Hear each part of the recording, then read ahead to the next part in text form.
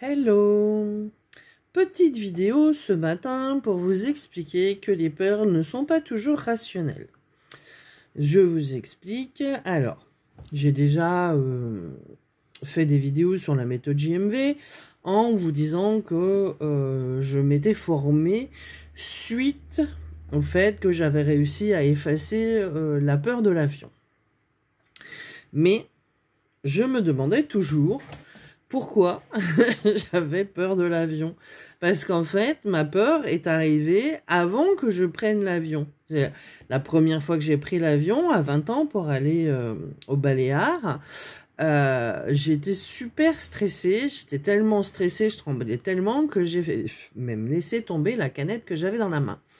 Donc un stress, je ne savais pas d'où il venait. Hier, on fait une vérification avec mes collègues télépathes. On se fait une vérification mensuelle et on va aussi investiguer sur certains petits sujets qui nous aident après dans les sessions suivantes.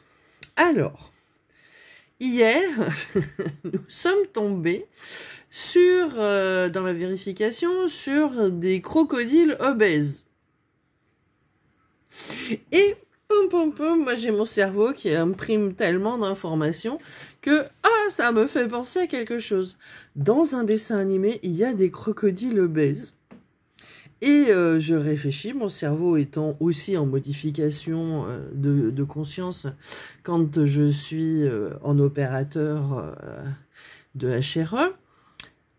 Je retrouve mes deux crocodiles obèses. C'est les crocodiles de Bernard et Bianca.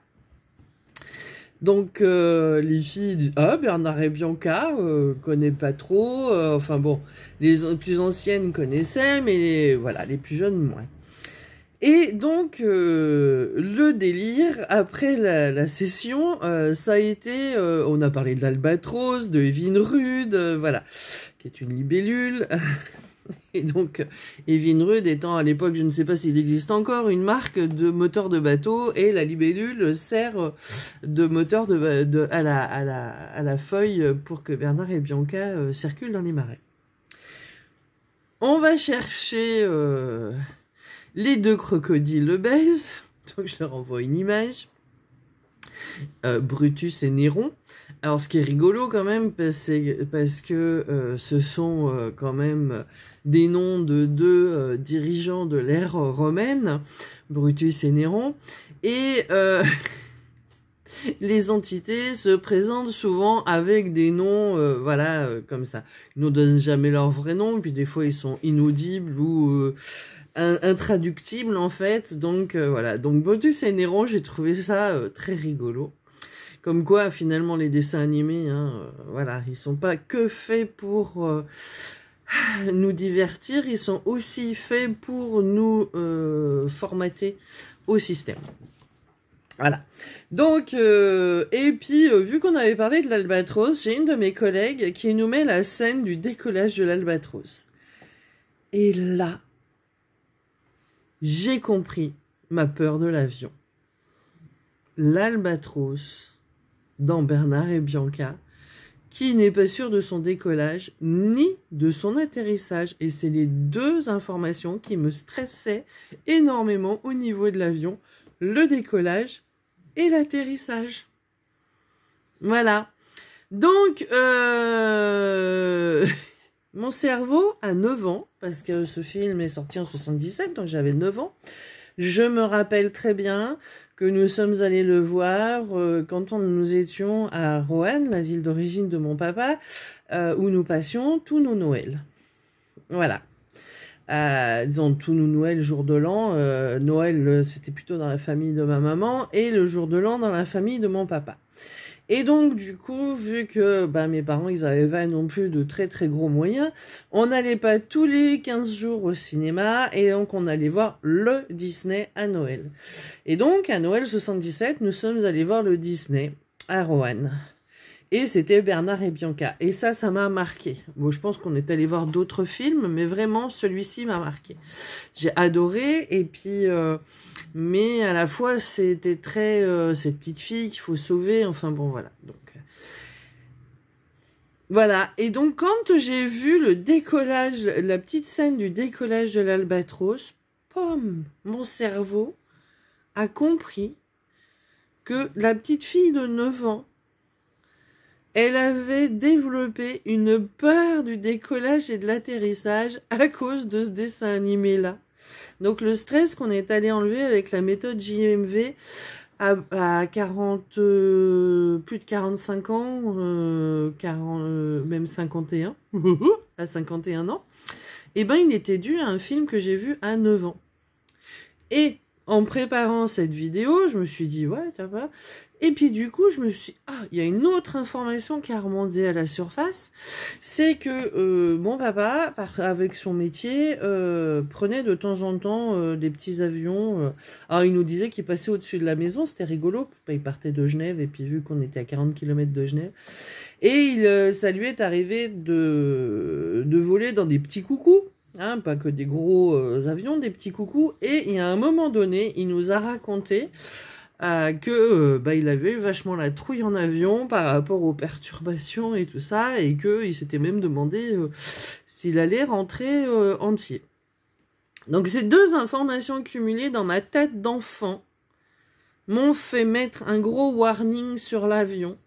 Décollage, atterrissage et perturbation égale danger extrême. Voilà. Alors, je n'avais jamais pris l'avion. Et que quand j'ai pris l'avion, il n'y avait aucune raison... enfin bon, si la première fois que je l'ai pris, c'était juste après une grosse tempête qui avait quand même arraché le bitume sur le bord des plages de Palma de Majorque. Et donc, quand on y est allé, la perturbation avait été finie de passer sur Palma. Mais par contre, entre Lyon et Palma, nous, on est passé dans la perturbation. Et donc, il y a eu des gros trous d'air aussi quand même. Donc voilà comment peut naître une peur irrationnelle de l'avion, parce que en 2014, comme nous sommes allés au Canada, au retour, je n'ai quand même pas dormi pendant 36 heures, tellement j'avais peur. Je n'ai pas fermé une seconde l'œil dans l'avion. Et voilà, mon cerveau avait construit un chemin de danger par rapport à l'avion, juste à cause de l'Albatros, dans Bernard et Bianca. Voilà, voilà. Donc, les dangers ne me sont pas toujours réels. Votre cerveau peut prendre une information comme réelle alors qu'elle ne l'est pas du tout. Voilà. Donc, n'hésitez pas à faire justement comme moi j'ai fait. J'ai fait la méthode JMV pour enlever ce stress et cette peur de l'avion qui était quand même assez handicapante, ne pas pouvoir voyager quelque part. Bon, j'y allais quand même, mais avec une méga trouille. Et donc, avec la méthode JMV, on peut enlever sans comprendre le schéma d'installation de la peur. Là, moi, j'ai fini par la trouver parce que j'ai une mémoire, puis bon, petit concours de circonstances, j'ai une mémoire, entre guillemets, d'éléphant, parce que je me rappelle des choses jusqu'à ma toute petite enfance.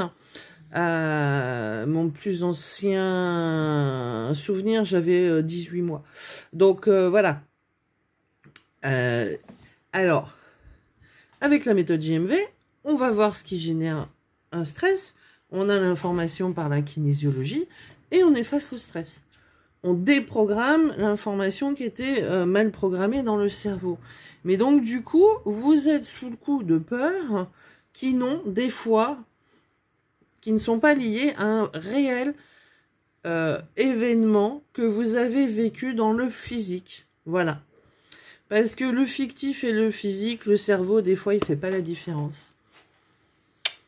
Je vous embrasse et n'hésitez pas à prendre rendez-vous. Je fais en présentiel en Bretagne, dans le 56, à Erdeven, ou je fais en distanciel avec transfert d'énergie pour cette méthode anti-stress. Je vous souhaite une bonne journée. À tout bientôt. Ciao, ciao.